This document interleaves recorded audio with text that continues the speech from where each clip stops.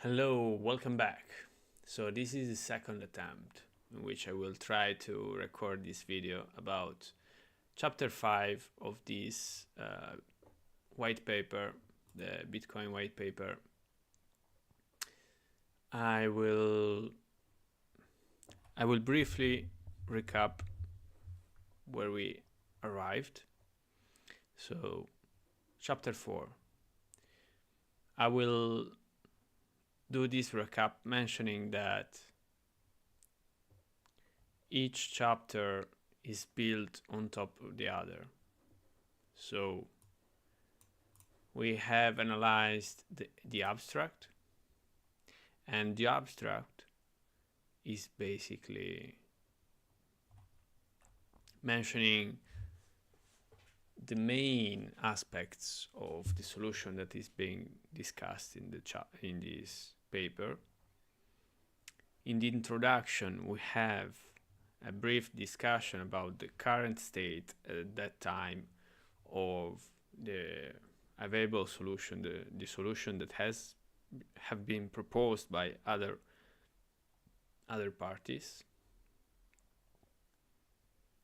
And in this introduction, it's being used the silhouette of this solution that has been mentioned in the abstract, and is being mentioned that there's a possible system, a possible way to improve the current systems, in which there are certain type of transactions made, signed, and verified using digital signatures. There's this idea of a timestamp server, which uses some analogous ideas to Usenet posts. And then we arrive to the last chapter we discussed, which is the proof of work chapter, which is saying that this network needs to work with hash-based proof of work. It's like a path in which reading all the previous chapters, all the previous paragraphs, it's strictly necessary, as the idea is being built, analyzed, it's being dismounted and mounted again. Every key detail is being mentioned here, and also it's necessary to mention that it's really interesting, and it's nearly part of the necessary path to read all the mentioned documents. For example, this one by Adamsback Hashcash paper is really interesting, as it makes you understand how this solution emerged by just reading the other people's work. Is kind of this solution is like an implication of the previous work that has been done in the same scene of these electronic cash payment systems. To be precise, Adamsback solution Hashcash has been inspired by a system of cost functions which was used to model the behavior of email servers in an email electronic mail system. So, as we already recapped everything, and the last time we spent a lot of time on this chapter, I will just proceed. And we arrived at the point where we understood how what role is playing the computing power in this system, what role is playing the figure of the timestamp server, what role is playing the use of digital signatures. Therefore, as we have an idea of these problems and solutions, we proceed to describe how the network needs to be in this system. The steps to run the network are as follows. So we have a numbered list which says new transactions are broadcast to all nodes. Each node collects new transactions into a block. Each node works on finding a difficult proof of work for its block. When a node finds a proof of work, it broadcasts the block to all nodes. Nodes accept the block only if all transactions in it are valid and not already spent. Nodes express the acceptance of the block by working on creating the next block in the chain, using the hash of the accepted block as the previous hash. Okay, so this has been written in a context in which there was no difference between a mining node and a normal full node. So mining nodes today are not even full nodes. They are specialized in some of the operations of a full node, which include the formation of a block, the calculation of a proof of work with a certain nuance. No, it's not a nuance, it's called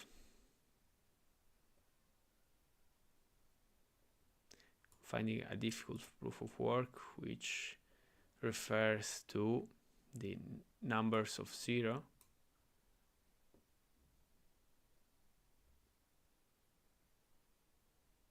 and nonce. Okay. So when they compose a block, they need to create the block respecting the protocol rules. Otherwise, when they resolve the hash of such a block with the necessary nonce, if the block from which they started to calculate everything does not respect the protocol rules, they will not receive the reward.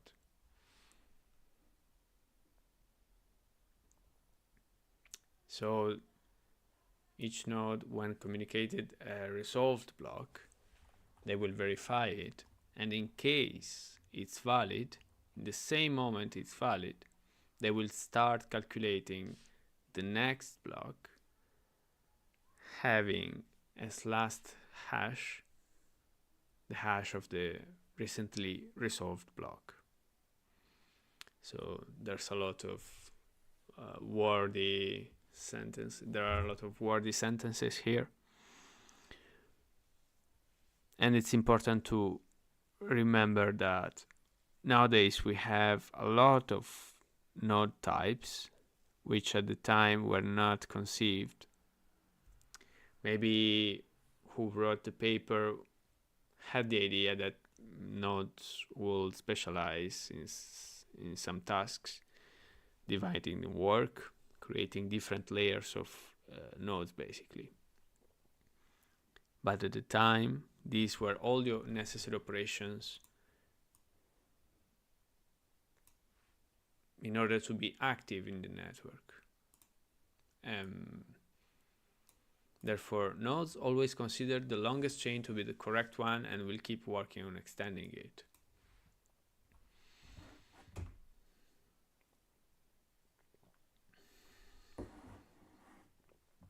So, if two nodes broadcast different versions of the next block simultaneously, some nodes may receive one or the other first. So this is a really unfortunate case, which happens each 2 weeks currently. We have statistics. Each 2 weeks we have this soft fork, if I'm not wrong. It's a soft fork in which two nodes broadcast different versions of the next block simultaneously, and the network of Bitcoin divides in two, maybe not symmetrical, but they divide in two. And what happens is that for one node, for one block, we have these two Bitcoin networks. But then, as one of the networks, or one of the halves, are faster than the other in resolving the next block, then all the other blocks receive the new broadcast of the new block. Therefore, everything is being adjusted and everybody aligns on the longest chain. In that case, they work on the first one they received, but save the other branch in case it becomes longer. The tie will be broken when the next proof of work is found and one branch becomes longer. The nodes that were working on the other branch will then switch to the longer one. Okay, so here we have some rules of the network basically. New transaction broadcasts do not necessarily need to reach all nodes. As long as they reach many nodes, they will get into a block before long. Block broadcasts are also tolerant of dropped messages. If a node does not receive a block, it will request it when it receives the next block and realizes it's missed one. So in the network, there are many types of messages you can send to other nodes. One of these is to request a certain block. And when you receive a block which has reference to a block which you don't have, your node will request the block to other nodes.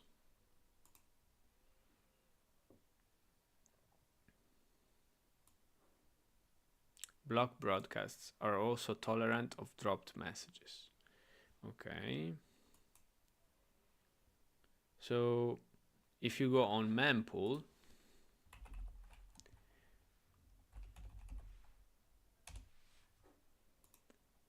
you can have a better idea of this chapter here, the network.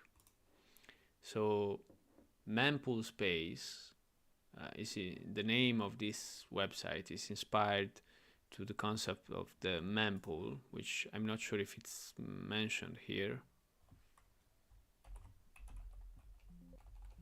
But basically it's the list of I don't remember if the mempool is the list of the unutilized transactions, so the UTX, so the tokens which can be spent, or if the mempool is actually the list of blocks, the possible blocks of the possible transactions with which you can form a block. Let me remember.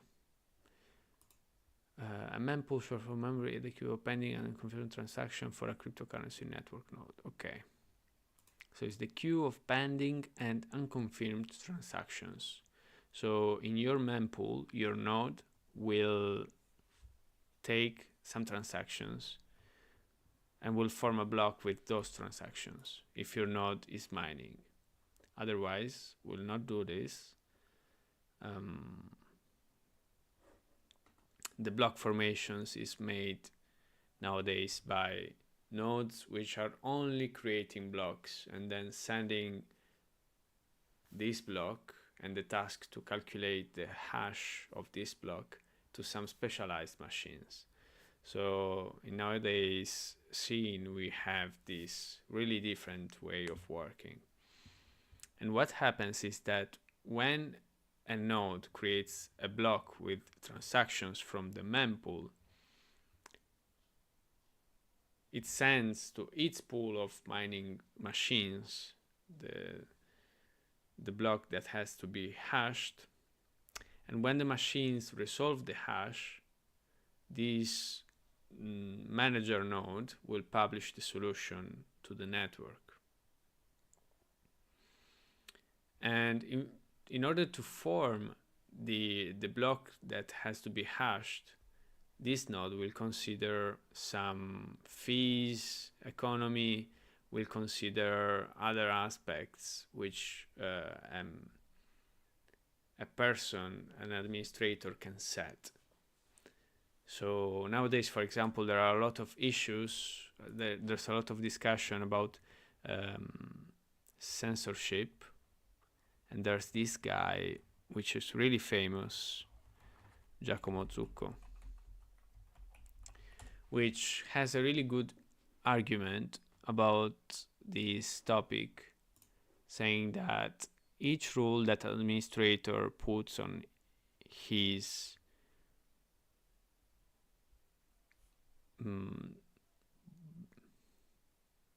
on the node which will work on forming the block are the decision of the administrator, and it does not imply censorship.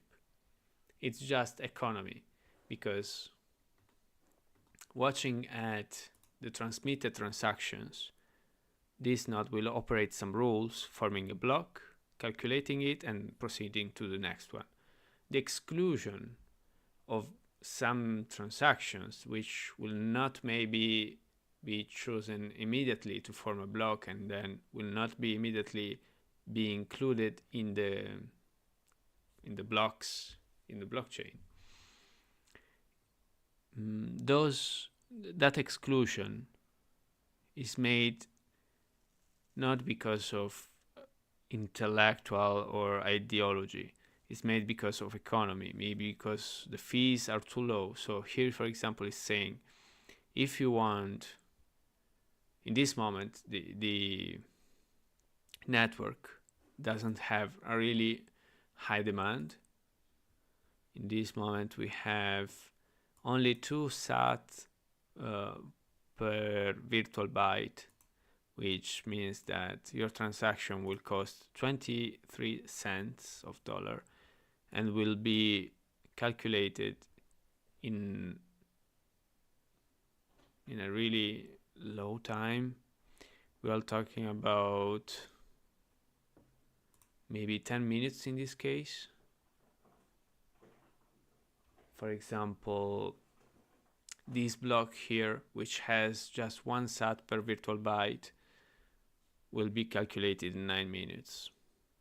During the last 3, 5, 9, 10 minutes, we have blocks that have been calculated for 2, 3, 4 sats per virtual byte.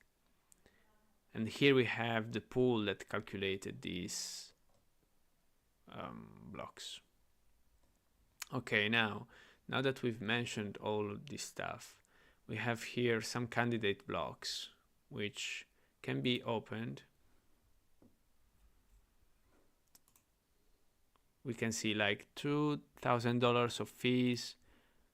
So the more we go forward in time, and the more we have lower fees.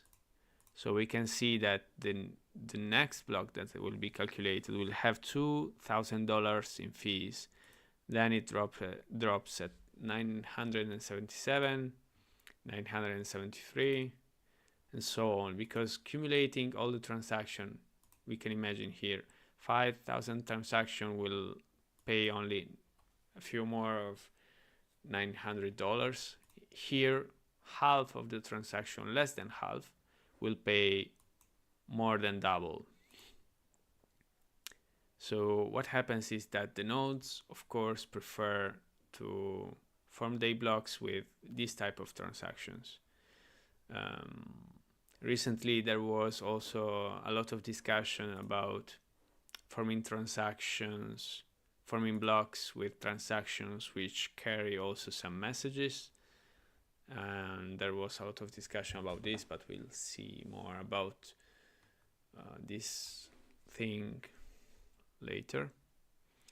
So what happens is that when new transactions are broadcast to all nodes, you can broadcast to all nodes via internet, or as discovered by Antonopoulos, as discovered in the book by Antonopoulos, you can even broadcast through other type of connections which are not necessarily internet. He was talking about nodes communicating via radio waves, like long distance wave, which allow you to encode and to transmit a transaction. So you transmit your transactions to some nodes which are receiving signals via radio, and then these nodes maybe will transmit to the rest of the network via internet. So what happens is that nodes will gather as many transactions as possible in their mempool, nodes which have the goal to build blocks, and considering all the settings of that moment of the network, the nonce and other aspects, they will calculate a hash of that formed block in order to receive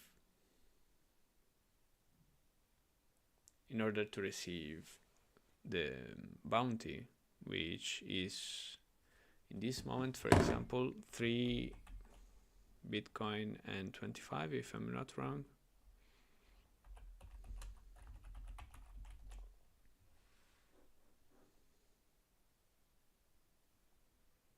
It says 6 and 25, but when is this from?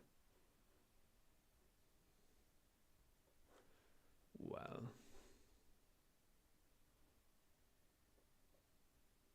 when is this dated?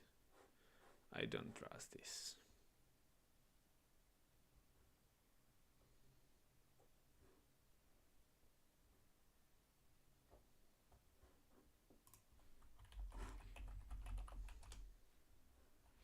So the current reward per block, so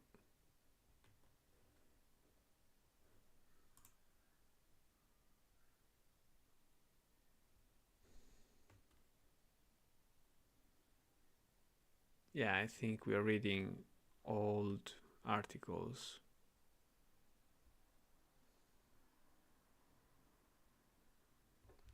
Let's see if we can read only articles of the past month.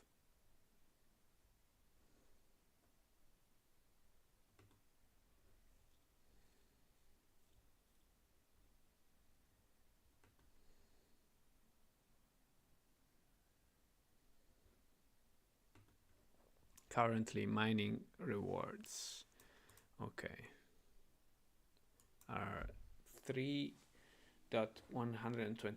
bitcoins. So they receive this reward, and as soon as they receive this reward, a new block is put on top of the chain, and immediately the other blocks will have another block ready to be calculated.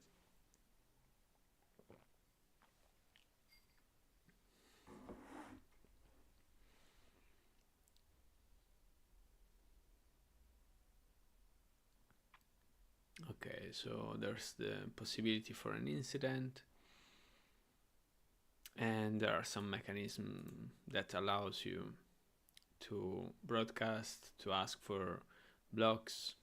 And normally here I think it's not mentioned, but there's this idea of network discovery, which was really interesting for me. Network discovery is the set of actions that you can perform to discover nodes IPs with which you can communicate to receive the informations. At the beginning, when you download your Bitcoin Core, most probably Bitcoin Core client to run your node, you will have a set of IPs which will be the default nodes to which you will ask the informations. You can change that, of course, if you know other nodes to which you can ask. Otherwise, you have this default set of nodes to which all the clients, when first starting, ask for the first blocks.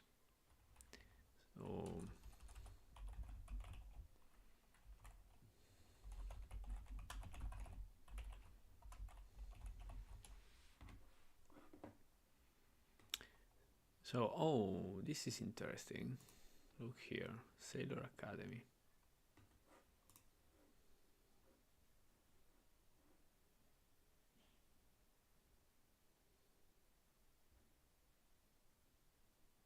Nice.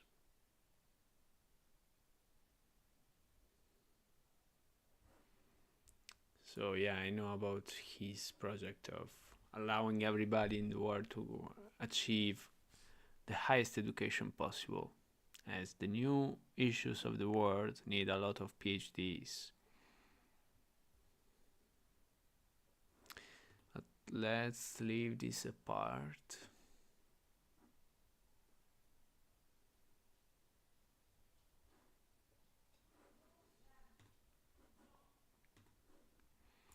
So, concerning the network and the possible messages you can exchange with other nodes and how you gather the information about those nodes, it's important. It's something you should care about, because, for example, some attacks like the Eclipse attacks consist in these attacks are possible because nodes within a decentralized network are unable to simultaneously connect with all other nodes due to bandwidth constraints and must instead connect with a limited set of neighboring nodes.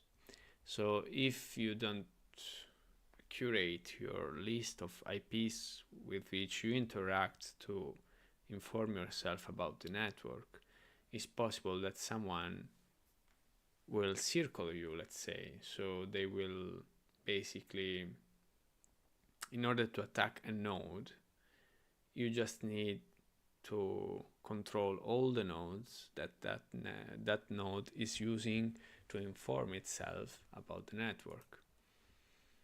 So you can basically obfuscate the information for this node, and this is why it's important to be sure of being connected with honest node, of not being isolated by malicious attackers, because basically you need to care about who you are interacting with. You need to care that they are honest nodes in the beginning and also during all the operations. How you can check about these network activities before trusting them. Okay, so I will continue with the incentive chapters. By convention, the first transaction in a block is a special transaction that starts a new coin owned by the creator of the block. So this is the assignation of the reward to whom resolved the last block. This adds an incentive for nodes to support the network and provides a way to initially distribute coins into circulation, since there is no central authority to issue them. So we do not have central authority, therefore all the clearance is done when verifying the block. Once the block is verified and the other accept it, the clearance is done, and in that moment the coin generation is happening. This type of special transaction is called Coinbase, from which the company gets the name. Therefore, the Coinbase transaction will increase the number of coins in circulation. The coin will be used to reward who hashed the last block, which means that they are getting rewarded because they basically written in the ledger, spending some energy and doing it by the rule. The clearance is made by the full nodes, which receive the block news, and they check it, they validate it. Therefore, the steady addition of a constant amount of new coins is analogous to gold miners expending resources to add gold to circulation. In our case, it is CPU time and electricity that is expended. And from this idea, there's also this guy, the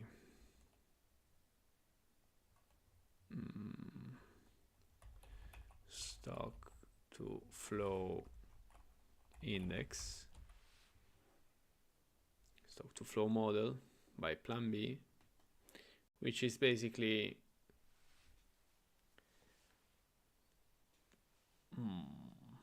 determining it's an index which indicates how much of an asset is being extracted or emitted in the network divided by the already available base.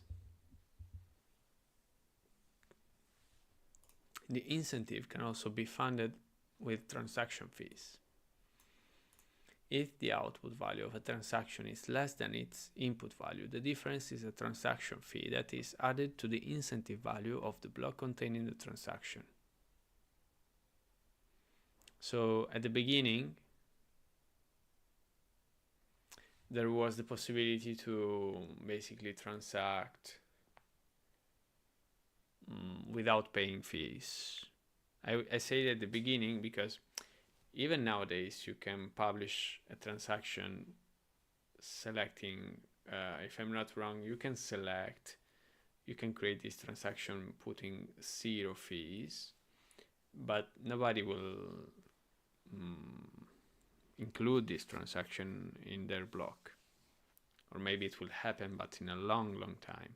Even putting 1 sat per virtual byte may lead to a really long waiting. It happened to me that nobody processed my transaction because I put 1 sat per virtual byte, and after a while I discovered that my transaction wasn't being included in any block, and it was already a week or more that it happened, and it was sufficient for me to just redo another transaction with a higher fee for the same UTXO, for the same token that I had as a spendable token. And as that new transaction, including higher fees, was using the same UTXO, when someone included this transaction in their block, and once it has been added to the blockchain, the old transaction with just 1 sat per V byte was not going to be accepted in any other block. Therefore, this is a really interesting experiment you can do by yourself to play around with the transaction and block formation logics. Once a predetermined number of coins have entered in circulation, the incentive can transition entirely to transaction fees and be completely inflation-free. So this is about the future. We are still not sure if this will be our reality. So we are talking about 2140, which is the year in which 2140 is the year in which all 21 million Bitcoin will have been mined. So in the network, there will not be anymore the incentive under the form of new coins.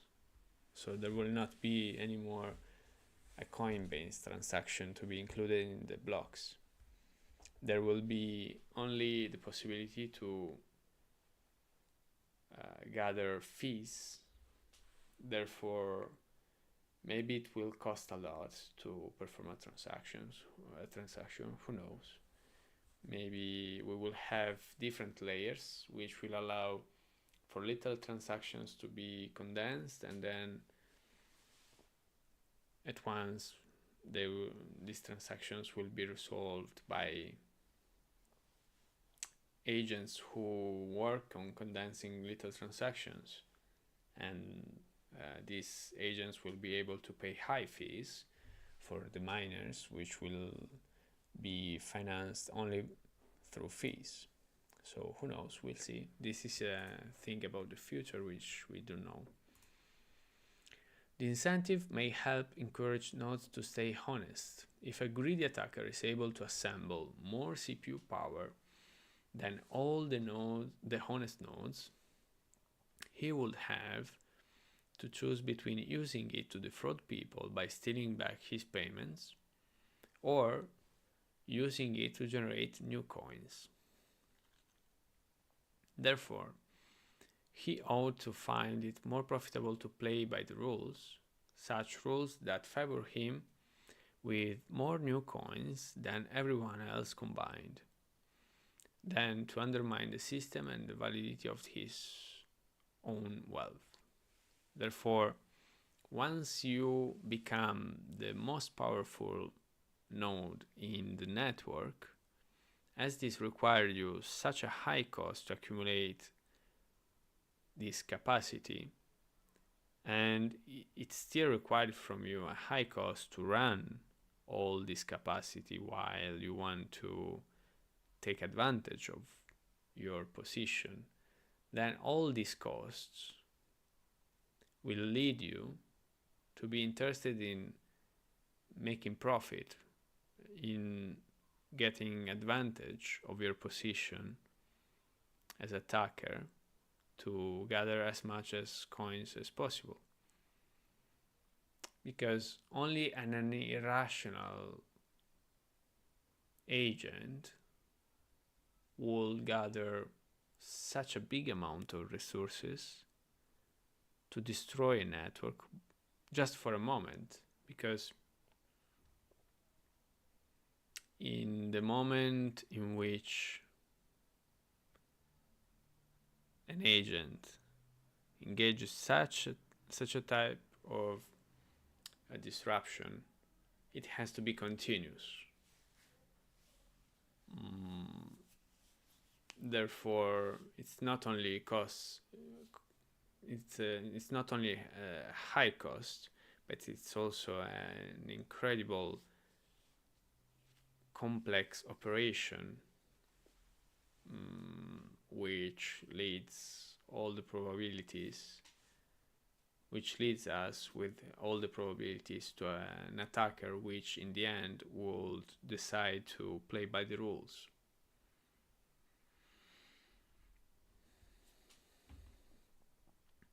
Now, the last chapter before closing, we have reclaiming disk space.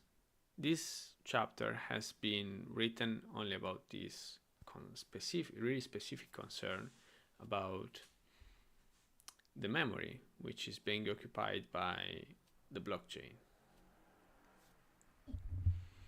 So once the latest transaction is in a coin is buried under enough blocks, the spent transactions before it can be discarded to save disk space. Therefore, you do not really need all the blockchain. To facilitate this without breaking the block's hash, transactions are hashed in a Merkle tree. So we've seen this also in other papers where the chain of linked blocks do not really need to be fully available for a node in order to check the validity of such a chain. The node only needs the hash of each couple of hashes working backwards in history. So imagining to have 4 transactions like here. For each transaction you calculate a hash, and then for each couple of hash you calculate the next one, and then for the last 2 you will calculate a root hash, which is this idea that comes from a Merkle tree. A Merkle tree allows you to do not need to go and know all the transactions. You just need to know 1, 2, 3, 4, 5, 6, 7 hash, which are really short with respect to the whole information that is being verified under this method. Okay, therefore, as we discovered this, we also have the idea of pruning.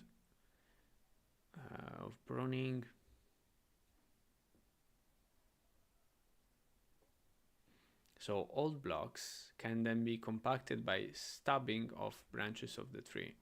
So I will keep only information about the last transactions and informations about this hash.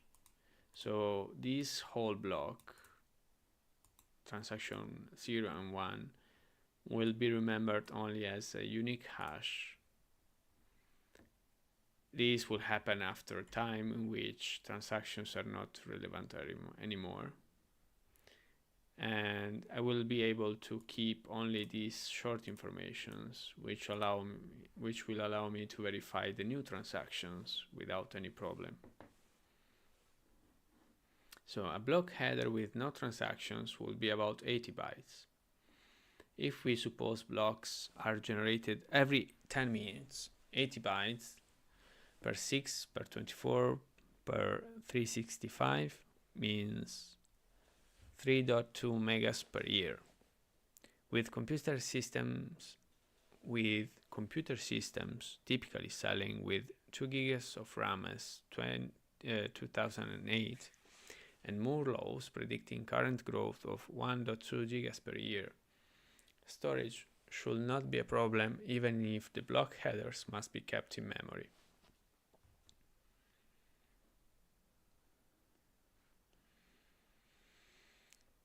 So the next time we'll see the implications of this pruning possibility, which allow simplified payment verification and combining and splitting value. I will close here, as this video is already strictly technical. I will not highlight any specific statement this time as did previously. These paragraphs are merely mentions of important features of this protocol, important operational features, I will say. And they are kind of derived from the other chapters even more. It's interesting, this aspect of the Merkle tree, which we have seen in the other papers about electronic cache systems. And it's interesting how we can explore more about memory management in these systems. So thank you very much. I will close this video here. See you in the next one. Bye bye, and thank you for being here.